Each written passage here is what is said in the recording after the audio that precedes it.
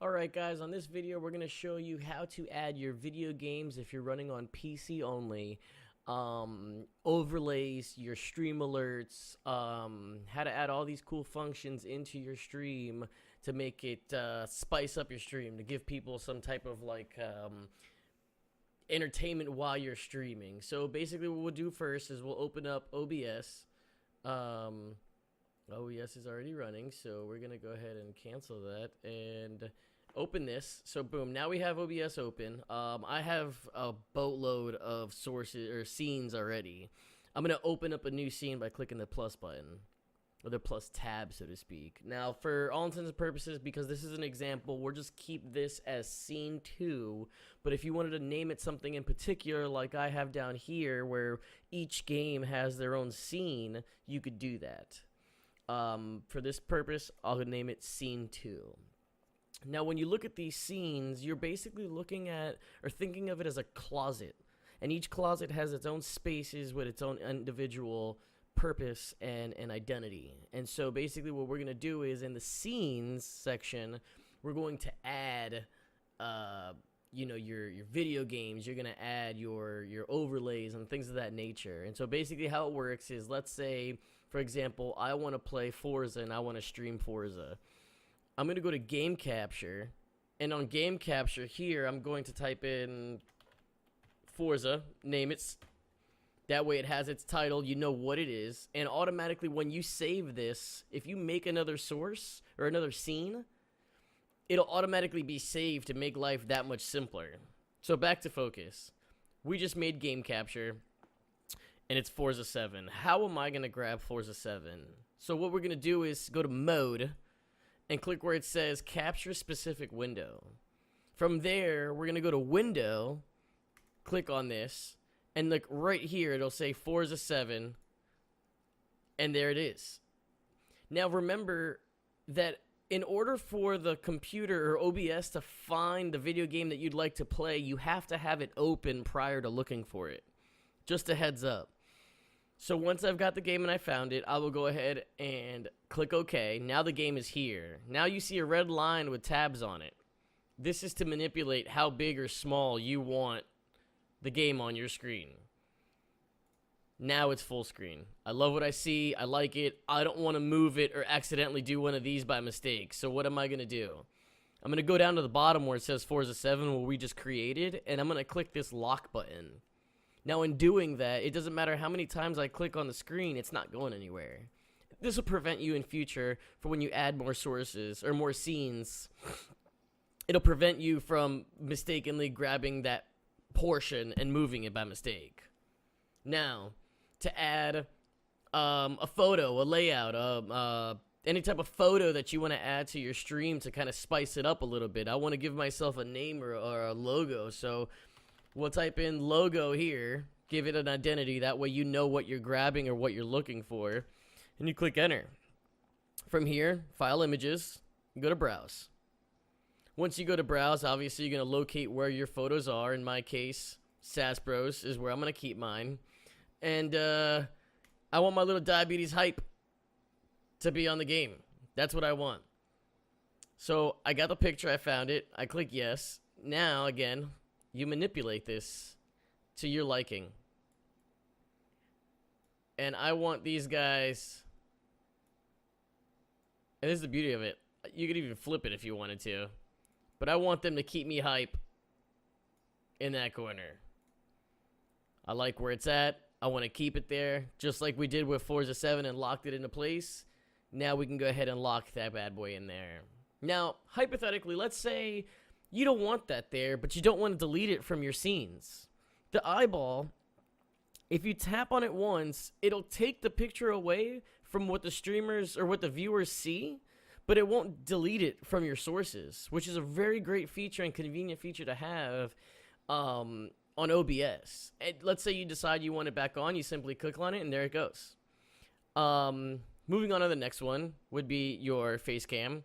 So to capture yourself, go ahead and you click on that. You type in, face cam, you write out whatever logo you want or whatever name you want it to pop up as. And then since I have one already pre-made, I'm clicking here. But once you create a name for your face cam, you're simply going to click on it. And once you click on it, this little menu is going to pop up. And when you're where it says devices, you click under, find your camera, and there it is. And then down here, if you scroll down, you could pick out. My resolution on my camera is 1920 by 1080, and I want the highest FPS. Now again, this is going to vary on your upload speed, on things of that nature, because if you don't have enough upload speed, then it's not going to look right. It's not going to come out to the highest frames per second, and it's not going to, you're not going to appreciate the value that you're hoping to get out of highest FPS. All these settings I left alone. The only ones that were important to me were those. And then once you're done, you click OK. Again, grab the square, move it to where you'd like. I like being in this little corner. This is my little corner. And then if you have a green screen and you're wondering, how am I going to get my chroma key to make the background disappear and keep me where I'm at? So basically what you're going to do is you're going to right click on the actual picture of yourself, or you're going to right click on where you made that face cam and go to filters. Once you go to filters, I have two settings. First setting I have is crop pad. With these numbers here, if I zero everything out, I get the whole room. But my green screen only covers about this much. So how do I compensate for that? I go to each one of these tabs and I find the sweet spot on each one of these tabs that I feel is going to be enough to only cover me in the green screen. Best advice I can give you is if you could do this and nothing's missing, then you have the perfect distance for what you need as far as gaming and people seeing you. So once that's done, you close out, and there you have it. Chroma key. I want to blend in to the background. Again, you click on filters, you go to the add button, and here it'll show you a various amount of things that you can use or modify. In my case, chroma key. OBS has set blue, magenta, green. You can also customize if your green screen is lighter or darker than the average green screen and pick what color you need or want. I kept mine a green because mine's the appropriate color for the green screen.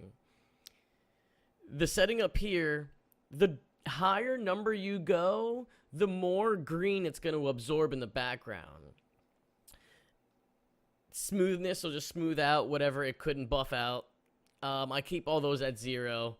And everything else stay the same. These settings here is all towards your green screen and how you'd like it done. These are the settings that I preferred, so you don't necessarily have to go off of these, but at least you have a base to work around or work with. So once you have yourself there, close out. On to the next one. Streamlabs, for example. So you're going to open up your web browser. And on your web browser, you're going to click on streamlabs.com. And then it'll ask you to log in. Once you log in, you go to your Twitch login. You're going to scroll down to where it says alert box. Once alert box comes in, right here where it says widget URL, you're going to click copy. And you're going to paste it here. You're going to add source. Or scene, I'm sorry, I keep mixing those up. You add scene, and you go to where it says browser source. Now what's going to happen is when you click on that source, this is where you're going to paste that URL that you just copied. In my case, because I've already done that, I'll give you an example of what mine looks like. And in my case, it'd be this, adding source, browser. So mine looks like this in the corner. If I want to test it out, the cool feature that Streamlabs has is I could test my settings. So for follow, I have a certain amount of things that's going on. If I want to test it before going live, I simply click on test and it'll pop up. And this works for every one of them. So once you're content with the location of where you have your notifications popping up, again, you could either keep it there, lock it, what have you. That's completely up to you. These are basic functions that you could use for improving your stream quality, you know, bringing out notifications, like letting people know that you acknowledge that you know they got the follow, and you know, cleans up a little bit. I don't like too much clutter on my screen, so I try to make as minimal possible things on here. But everybody's, you know, to each his own. It's all up to whoever the streamer is and how they like to do it. And that's pretty much it. I mean, the next videos that I'll be taking part of will be the audio. After I do the audio video, then I'll do a console breakdown as far as Xbox, PS4 streamers that want to stream on OBS. And then we'll take video by video. So with all that being said, thank you guys so much, and I'll catch you on the next one. Later.